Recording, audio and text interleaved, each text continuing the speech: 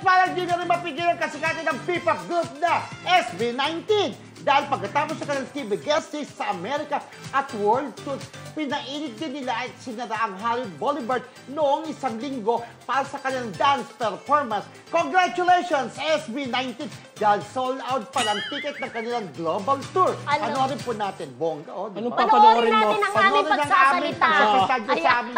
Ayan, nakikita nyo, grabe, Ano, bongga, diba? Parang nakaka-proud bilang Pilipino na makita mo ang kapwa mo Pilipino. Pero ang swerte talaga ng SB19, hindi mo akalain kasi yung mga itsura nila nung araw, nung nilunsad sila, hindi mo akalain na ganyan mararating nila. Actually ako, hindi sa pag-ano, siyempre tayo, mga Pinoy din, ang chito na, yung Facebook, ay, yung iba sabi ng iba, according to Sam, hindi naman mga gwapo. Iba, di ba? According to Sam. Diba, ay, hindi naman gwapo. Sabi ng iba. Pero nasa na sila ngayon. O yung iba. Pero meron ng iba na sabi daw, o yung gwapo niya ngayon, sagot naman ng isa na kaibigan natin, friendship, kaibigan natin. Sabi sa, hindi kayo itsura yung dati. Sabi, totoo naman. Sabi ka, ang laki so, pinakitaan ka ng dating picture, gano'n. Oo, pinakitaan dati. Sabi, yun ang crush ko. Ito yung dating picture. Ito pinakagwapo, sabi sa kaibigan natin, reporter niya. Ito yung, yung ba yan? Sabi gano'n, ano ba? Parang, nagulat. Nagulat. Na gano'n ang mga itsura. Friend, lalayo pa ba tayo? May posibilidad ng mga itsura nyo na mabaguhan kayo. Ikukumpara mo ngayon dahil ibang-iba. Dati itsura nyo doon payat-payat ang pangit. Tingnan mo nga sa pinaka ka. Hindi. Tingnan mo siya, labas mo. Ang tawag dyan, parang swan-swanan. Ano ba yung swan-swanan? Yung swan. Swan. Hindi. Yung ugly duckling becomes a swan. Yung may tawag doon, yung swan na. Go. Ano ba yung word na may swan? Parang bulaklak yan na mukadkad na. Namukadkad na siya.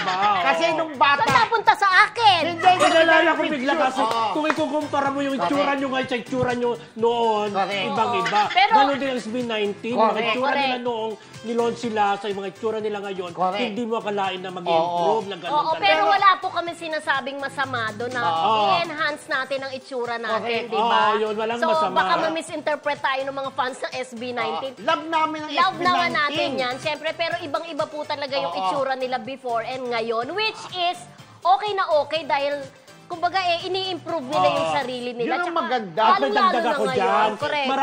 Marami namang artista na akala mo pag nag-umpisa mukhang hindi artista. Tama, ang itim-itim, ay ang daming ganito, ganyan-ganyan. Pero magugulat ka na lang, aba, pagtagal. Ibang-iba ng itsura niya, artista na. Pero nag-i-improve, lalo na pag nagkakapera, nagkakaparir, na naiiba itsura. Kaya naintindihan natin SB19, at least ang maganda sa kanila, hindi naman sinasabing tsakaro, di ba? Hindi sila tsakakan. Yung itsura nila, magwapo rin, pero pagwapo ng pagwapo. Ganun ibig namin sabihin. Bumabawi ka, Hindi, kasi sabi ang artista, may libreng facial, may libre ng makeup na may mga sponsor. May sponsor na nagbabago. Si Isko, kung alam niyo pa si Yorme, hindi rin ganun kagwapo nung dati, nung nag-umpisa yan sa That's Entertainment, gano'n, ahaba ng buhok, hindi kagawapo. Pero na-develop, nag-improve ang personality nung naging artista. Hindi namin sinasabing pangit ang SB19, lang namin SB19, mapa, yung kanta nila. Gusto namin. Gento! Gento! Diba?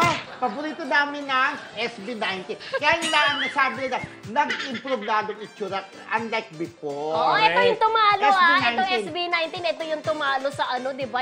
Ilang weeks na nandun sila sa Billboard chart ng tumalo sa BTS ng ilang weeks noon. At itong Gento nila, itong latest nila talaga ay gumagawa ng kasaysayan dahil ito yata ang pinakamaraming sinayaw sa social media, sa TikTok, di ba? Kung saan mga sikat. Hindi lang artista dito sa atin, pati yung mga K-pop, ha? K-pop, ginagaya talaga siya. Oo, at nakakatuwa, ito na yata yung first P-pop natin na talagang makikilala worldwide. At sa ibang bansa, hindi lang Pilipino concert nila.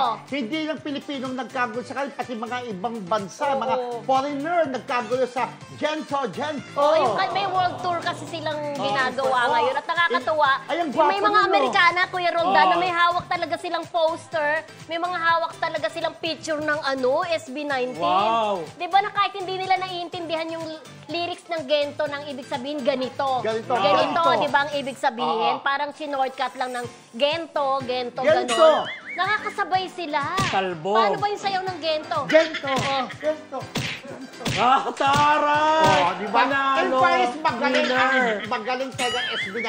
Kaya tinatalo nila yung Pero ibang dapat K-pop nakatayo group, ka, diba? Tina. Dapat Balang nakatayo bayad ko ka. kasi baka maano ko. Sampo nga ulit, ganun sampo. nga. Talaga. Di ba yung tinugtog yan sa Showtime, nagalit? Hindi, online tayo baka eh. sa Hindi, atin, wala diba? namang music Wala eh. yan Ganda online, rin Gento. ang... Gento. Gento. Talbog! Gento. Oh, winner! Winner! Gento. Talbog! Tangkiligan niya SB19 Club kaming Pinoy! Ayan!